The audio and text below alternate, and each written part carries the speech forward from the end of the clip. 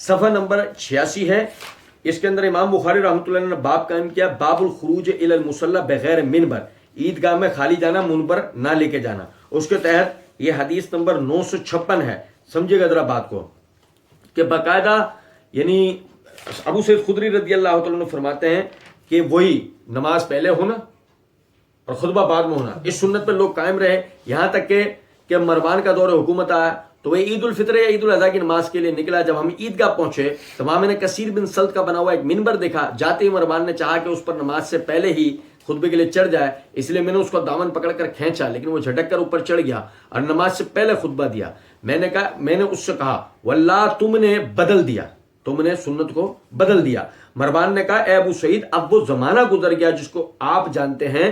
ابو سعید رضی اللہ عنہ نے کہا بخدا میں جس زمانے کو جانتا ہوں اس زمانے سے بہتر ہے جو میں نہیں جانتا. مروان نے کہا ہمارے دور میں لوگ نماز کے بعد نہیں بیٹھتے, ہمارے دور میں لوگ نماز کے بعد نہیں بیٹھتے, اس لیے میں نے نماز سے پہلے خطبہ نماز سے پہلے دیا تاکہ لوگوں کو سمجھا سکوں. مجھے ایک بات بتائیں, مروان نے دین کو بدل دیا یا مروان لوگوں کو دین سکھانا چاہتا تھا؟ سنو ذرا بات کو. یہی وجہ ہے کہ حافظ ابن حجر رحمۃ اللہ علیہ یہ فتح الباری کی جلد نمبر 3 کے صفحہ نمبر 390 پہ یہی صحیح بخاری میں یہی مروان کی جہاں پر یہ روایت ہے وہیں تشریح کرتے ہوئے حافظ ابن حجر رحمۃ اللہ علیہ کہتے ہیں وَهَذَا يُشْعَرُ بِأَنَّ مروان فعل ذَلِكَ بِاجْتِهَادٍ مِنْهُ, اور یہ چیز واضح کرتی ہے کہ مروان نے یہ عمل اپنے اجتہاد سے کیا. مروان نے یہ کام اپنے اجتہاد سے کیا. اور سمجھے ذرا اس بات کو, مروان نے صحیح کیا یا غلط کیا؟ مروان نے صحیح کیا یا غلط کیا, یہ بات کی بات ہے. آپ سمجھے ذرا اس بات. یہ میرے ہاتھ میں صحیح مسلم ہے, یہ صحیح مسلم کی جلد نمبر 5 کا صفحہ نمبر 800 ہے, کتاب العمارت ہے. امام نووی رحمۃ اللہ علیہ نے باب قائم کیا باب وجوب الوفاء ببیت الخلیفۃ الاول فالاول. اس کے تحت یہ روایت ہے کہ ابو حازم کہتے ہیں کہ میں حضرت ابو ہریرہ رضی اللہ عنہ کے پاس 5 سال رہا. میں نے ان کو نبی صلی اللہ علیہ وسلم کی حدیث بیان کرتے ہوئے سنا کہ بنی اسرائیل کے انبیاء ان کا سیاسی انتظام کرتے تھے. جب ایک نبی کا انتقال ہوتا تو دوسرا نبی اس کا خلیفہ ہو جاتا. بلا شبہ میرے بعد کوئی نبی نہیں ہوگا اور ان قریب میرے بعد بہت سارے خلفاء ہوں گے. صحابہ نے عرض کیا کہ ہمارے لیے کیا حکم ہے؟ تو آپ صلی اللہ علیہ وسلم نے فرمایا جس شخص کے ہاتھ پر پہلے بیعت کر لو اس بیعت کو پورا کرو اور حاکموں کا حق ادا کرو, اور جو ذمہ داری اللہ تعالیٰ نے حاکموں کے سپرد کی اس کے متعلق وہ خود ان سے سوال کرے گا. اب سمجھے ذرا اس بات کو. مروان نے اگر کسی غلط نیت سے سنت رسول کی مخالفت کی, مروان اللہ کے ہاں اس کا جواب دہ ہوگا, مروان اللہ کے ہاں اس کا جواب دہ ہوگا. لیکن مروان کے لیے یہ بات کرنا, آپ بات کو یوں شروع کرو کہ وہ بنو امیہ کے بدماش جنہوں نے دین کا بیڑا کر دیا, بات کو اس طرح شروع کرو اور مروان کے نام سے آپ بات یہ بتاؤ کہ جی اس نے سنت کو بدل دیا, حالانکہ وہی کہہ رہا ہے کہ ابو سعید خدری رضی اللہ عنہ سے کہ اے ابو سعید جس زمانے سے آپ تعلق رکھتے ہیں اس زمانے کے اندر لوگ نماز کے وقت یعنی کہ نماز کے بعد خطبے کے لیے بیٹھتے تھے, لیکن آج لوگ نماز کے فوراً بعد نکل جاتے ہیں, جیسے کہ آج بھی اس طرح کا سلسلہ ہوتا ہے. اور سمجھے ذرا اس بات کو, انتظامی فتویٰ دینے کا خلیفہ مجاز ہوتا ہے, وہ انتظامی اعتبار سے کوئی فتویٰ دے سکتا ہے, ٹھیک ہے, اور حالات کو اس وقت سنبھالنے کے لیے وہ جیسے مثال کے طور پہ سیدنا علی رضی اللہ تعالیٰ عنہ نے, تو ذرا سمجھو بات کو. اب اگر اس طرح بات کی جائے کہ خدا نہ خواستہ کہ اس نے جو نا کوئی شرعی حکم کو بدل دیا, تو آپ سمجھو ذرا اس بات کو. یہ اللہ تعالیٰ نے سورہ مائدہ کی آیت نمبر 5 کے اندر فرمایا والمحصنات من المؤمنات والمحصنات من الذین اوتوا الکتاب من قبلکم, اور وہ نیک دامن مسلمان عورتیں اور وہ نیک دامن یعنی اہل کتاب عورتیں, انہیں اگر تم ان کے حق میں دے سکتے ہو تو ان سے تمہارا نکاح حلال ہے. اللہ رب العزت نے اس آیت کے اندر پاک دامن اہل کتاب عورتوں سے نکاح کو جائز قرار دیا. اور اس کے بعد یہ دیکھیں یہ مصنف ابن ابی شیبہ ہے, اس کی یہ جلد نمبر 6 کا صفحہ نمبر 56 ہے, کتاب النکاح, روایت نمبر 16336 ہے. ابراہیم نخعی رحمۃ اللہ علیہ فرماتے ہیں کہ سیدنا علی بن ابی طالب رضی اللہ عنہ یعنی سیدنا علی بن ابی طالب رضی اللہ عنہ انہ کرہ ذبائح النصارى العرب ونساؤہم, کہ سیدنا علی بن ابی طالب رضی اللہ تعالیٰ عنہ عرب کے رہنے والے نصرانیوں عیسائیوں کیا ذبیحہ بھی یعنی کہ مکروہ سمجھتے تھے اور ان کی عورتوں سے نکاح کو بھی مکروہ سمجھتے تھے. اب اس بات کو سمجھیں کہ قرآن کہتا ہے ان سے نکاح جائز ہے, سیدنا علی رضی اللہ عنہ اس کا فتویٰ نہیں دیتے, اس کے جواز کا فتویٰ نہیں دیتے, آپ اس کو مکروہ سمجھتے ہیں.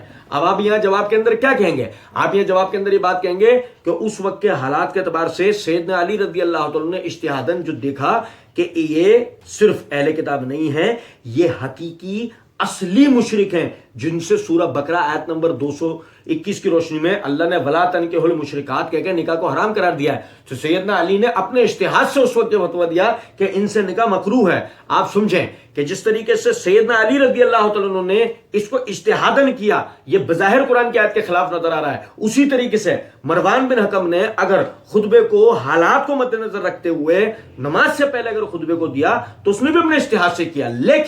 لیکن اس بات کو لازمی سمجھیں, مروان نے اگر غلط کیا وہ اللہ کیا جواب دے, لیکن مروان کے اس فعل کی وجہ سے تیرے جیسے بدبخت اور بدتمیز آدمی کا یہ کہنا کہ یعنی بنو امیہ کے وہ سارے بدماش, وہ سارے یعنی بزرگوں کو تو نے بدماش قرار دے دیا. بے شرم آدمی, تیری اوقات کیا ہے کہ تو کسی کو بدماش قرار دے, وہ بھی اس طرح ایسی باتوں کا ذکر کر کے. اور اس کے بعد آگے کہتا ہے کہ نبی کے طریقوں کو اس نے کہہ دیا, ترک کر دیا. اب اس کو صحابی بتا رہا ہے جو نبی کے طریقوں کو جاننے والا ہے, اس طریقے سے توہین کرنا. اب میں تو سمجھتا ہوں یہ نواقض اسلام میں آتی ہے, یہ چیز نواقض اسلام میں آتی ہے, یہ چیز سیدھی توہین ہے. ہم کہیں گے اگر یہ نواقض اسلام میں آتی ہے اور چیز سیدھی توہین ہے تو سیدنا علی نے کیا کیا؟ کیا آپ اسے نواقض اسلام میں تسلیم کرو گے؟ کیا آپ اسے توہین مانو گے؟ نہیں. بے شرم آدمی, وہاں تم وضاحت دو گے نا, تو مروان کے وقت میں تمہیں کیا ہو جاتا ہے وہاں بھی دو تم جواب, جبکہ وہ تو اجتہاد ثابت ہے. اور صرف اتنی بات کرو کہ اس نے غلطی کی واللہ کہ اس کا جواب دے ہے, صرف اس حد تک کہ تم بات کر سکتے ہو. تم بکواس کرتے ہوئے یہ بولتے ہو کہ وہ سب بدماش ہیں.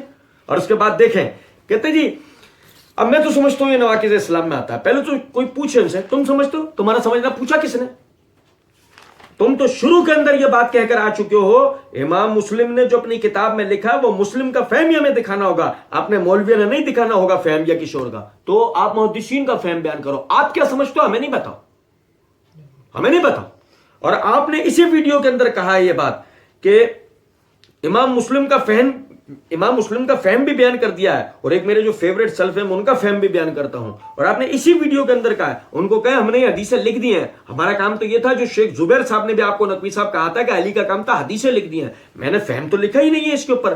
مرزا جی آپ نے فہم تو لکھا نہیں تھا نا. پھر مرزا جی ذرا غور طلب نکتا ہے, آپ یہ کیوں بتا رہے ہیں میں تو سمجھتا ہوں نواقض اسلام یہ چیز سیدھی آپ اپنا فہم کیوں بتا رہے ہیں؟ سیدھی بات ہے, اسے تم سے پہلے کسی نے مروان کا ذکر کرتے ہوئے سلف میں سے کسی نے کہا ہو کہ یہ نواقض اسلام میں آتا ہے, کسی نے کہا ہو یہ سیدھی توہین, بے شرم بے غیرت آدمی. اس کے بعد آگے کہتے ہیں یہ نبی کریم صلی اللہ علیہ وسلم کی میں نے 72 حدیثوں میں بھی یہ حدیث ڈالی ہے. مرزا جی وہ تو وقت آئے گا, ہم آپ کی ان 72 حدیثوں کے اوپر انشاءاللہ بات کریں گے. تو یہ جو مروان بن حکم ہے اس کو کوئی اللہ تعالیٰ نے نہیں بنایا تھا. پھر کہتے ہیں کہ جی اللہ کی مرضی ہوئی ہے تو یہ اوپر آیا. تب بھائی فرعون جو ہے وہ بھی اللہ کی مرضی سے آیا ہے, کل کو نعوذ باللہ من ذالک یہ کہنا شروع کرتے ہیں نہیں مرزا جی, بیچارے مرزا جی کو سننے والے ان سے بھی بڑے بیچارے ہیں. سنیں ذرا بات کو. مرزا جی اپنی اسی ویڈیو کے اندر مرزا جی نے یہ بات کہی ہے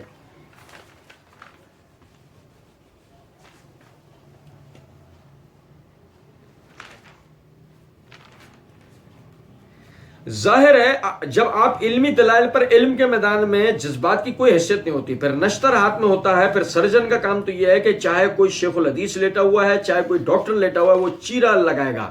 اس کو یہ نہیں کہہ سکتے یار تو چیرا کیوں لگاتا ہے, شیخ الحدیث نو اپینڈکس کرنا سی چیرا لگانا پڑا ہے. تو چاہے کوئی بھی بڑے سے بڑے کوئی بزرگ ہستی ہے, جہاں پہ علمی دلائل ہے وہاں ہم کہیں گے ان سے وہ غلطی ہوئی ہے, اس غلطی کے اوپر ان کی علمی گرفت کی جا سکتی ہے. اور اس کے بعد مرزا جی آگے مزید اسی طریقے سے کہتے ہیں کہ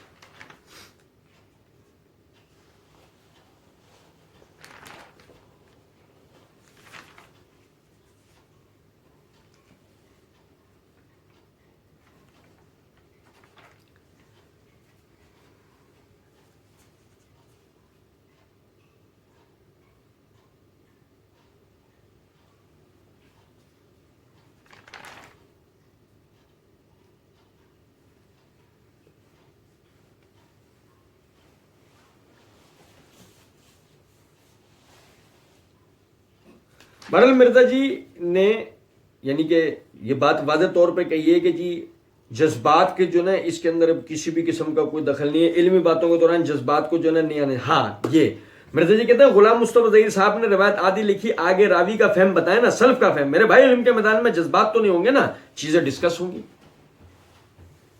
ہم مرزا جی سے کہتے ہیں مرزا جی اپنے قواعد پہ اپنے اصولیات پہ خود بھی عمل کیا کریں نا. کہتے ہیں کہ اس کو اللہ تعالیٰ نے نہیں بنایا تھا. پھر کہتے ہیں کہ جو اللہ کی مرضی ہوئی ہے تو یہ اوپر آیا تھا. بھائی فرعون جو ہے وہ بھی اللہ کی مرضی سے آیا. کل کو نعوذ باللہ من ذالک یہ کہنا شروع کر دیں گے حضرت عمر جو وہ بالکل صحیح کیا گیا جو شہید کیا گیا. مرزا جی جذباتی کیوں ہو رہا ہے؟ ٹھنڈے پڑے. اب آپ کہتے ہیں نا مجھ پہ پانی ڈال دو، تو آپ پہ پانی آپ پورا پانی میں ڈبوا دینا چاہیے. سنو ذرا بات کو. یہ اللہ تعالیٰ نے سورہ نمل کی آیت نمبر 62 کے اندر کہا امن یجیب المضطر اذا دعاہ ویکشف السوء ویجعلکم خلفاء الارض الہ مع اللہ قلیلا ما تذکرون. اللہ کہتا ہے کون ہے جو بے قرار کی پکار کو قبول کرتا ہے جب کبھی وہ اسے پکارتا ہے اور اس کی برائی کو دور کر دیتا ہے. ویجعلکم خلفاء الارض اور زمین میں تمہیں خلیفہ بناتا ہے. مرزا جی اللہ تعالیٰ زمین میں خلیفہ، آپ ہمیں نہیں جھٹلا رہے، آپ قرآن کی اس آیت کو جھٹلائیں. اور سنیں ذرا بات کو. کہتے ہیں جی فرعون جو ہے وہ بھی اللہ کی مرضی سے آیا، کل کو نعوذ باللہ من ذالک. جزاک اللہ.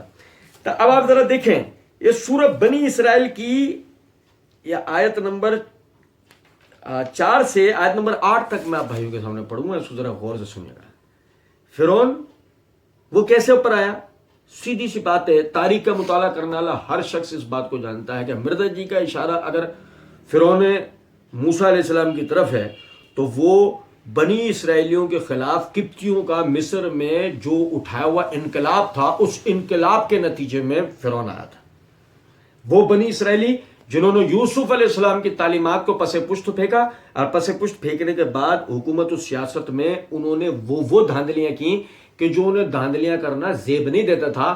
تو فرعون اس قبطی انقلاب کے نتیجے میں آنے والا وہ حکمران تھا کہ جنہوں نے اس حکومت بنی اسرائیل کو گرایا اور اس کی جگہ وہ آ کر کھڑے ہوئے.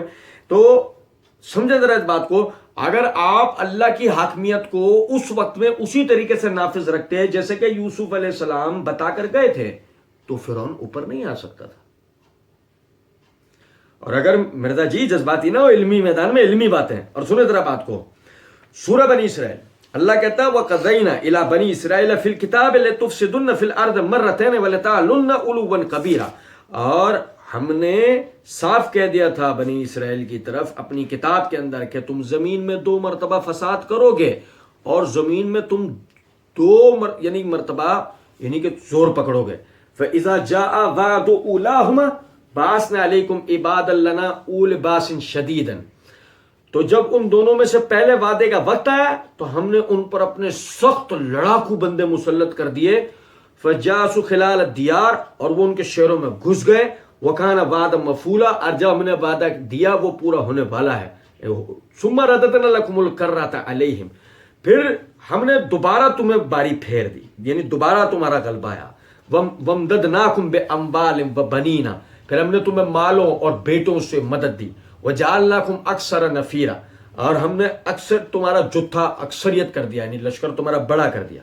ان احسنتم احسنتم لانفسکم اگر تم اچھا کرو گے تو اچھا تم اپنے آپ کے لیے کرو گے. بھائی مرزا جی کہہ رہے ہیں نا، سنو ذرا بات کو. مرزا جی کہہ رہے ہیں نا تو فرعون کے لیے بھی کل کو کہنا شروع کر دو. دیکھو اللہ نے اصول بیان کرا تھا ان احسنتم احسنتم لانفسکم اگر تم بھلائی کرو گے تو تمہارے اپنی جانوں کے لیے وہ بھلا ہوگا. وَإِنْ أَسَأْتُمْ فَلَهَا برا کرو گے تو تم پر آئے گا. فَإِذَا جَاءَ وَعْدُ الْآخِرَةِ لَيَسُوءُ وُجُوهَكُمْ تو پھر یاد کرو جب دوسرے وعدے کا وقت آیا دشمنوں نے تمہارے چہروں کو بگاڑ دیا. لِيَدْخُلُوا الْمَسْجِدَ كَمَا دَخَلُوا أَوَّلَ مَرَّةٍ اور وہ مسجد اقصی میں گھس گئے جیسے وہ پہلی دفعہ گھسے تھے، یعنی گھس جائیں گے.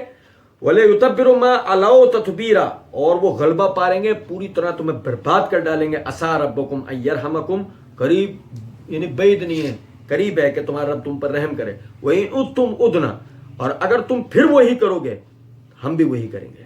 وَجَعَلْنَا جَهَنَّمَ لِلْكَافِرِينَ حَصِيرًا اور ہم نے جہنم کافروں کے لیے قید خانہ بنایا ہے. اب ذرا سمجھیں اس بات کو. دیکھو مرزا جی کا جذباتی ہو کر ہی کہنا تو بھائی فرعون جو ہے وہ بھی اللہ کی مرضی ہے. جی ہاں مرزا جی، اگر اس وقت میں بنی اسرائیلی اگر اللہ کی حاکمیت، اللہ کی اتاری ہوئی حاکمیت کے مطابق حکومت کرتے رہتے، سوال ہی نہیں پیدا ہوتا کوئی ظالم اوپر آتا، سوال ہی نہیں پیدا ہوتا۔ فرعون جو آیا وہ اسی وجہ سے اوپر آیا۔ اور اس کے بعد دیکھو قرآن ہمیں اشارہ دیتا ہے کہ اللہ رب العزت نے بنی اسرائیلیوں کو فرعون کے بعد بھی 2 مرتبہ یہ بات کہی کہ تم غلبہ پاؤ گے اور دوبارہ تم جو نا تباہ ہوگے۔ اس کے بعد کہتے ہیں کل کو نعوذ باللہ من ذالک یہ کہنا شروع کر دیں کہ حضرت عمر جو ہے وہ بالکل ان کو جو صحیح کیا گیا، نعوذ باللہ جو شہید کیا گیا۔ مرزا جی جذباتی بھی ہوتے ہو تو تمہارے رافضیت کے کیڑے مرتے نہیں۔ کیڑا مرزا جی کا فیوریٹ لفظ ہے۔ مرزا جی نے اسی ویڈیو کے اندر کہا کہ میں علیہ السلام بار بار بولتا ہوں میں ان کا یہ کیڑا نکال لوں گا ان کے اندر جو کیڑا۔ مرزا جی کے کیڑے تو فیوریٹ ہے مرزا جی کے۔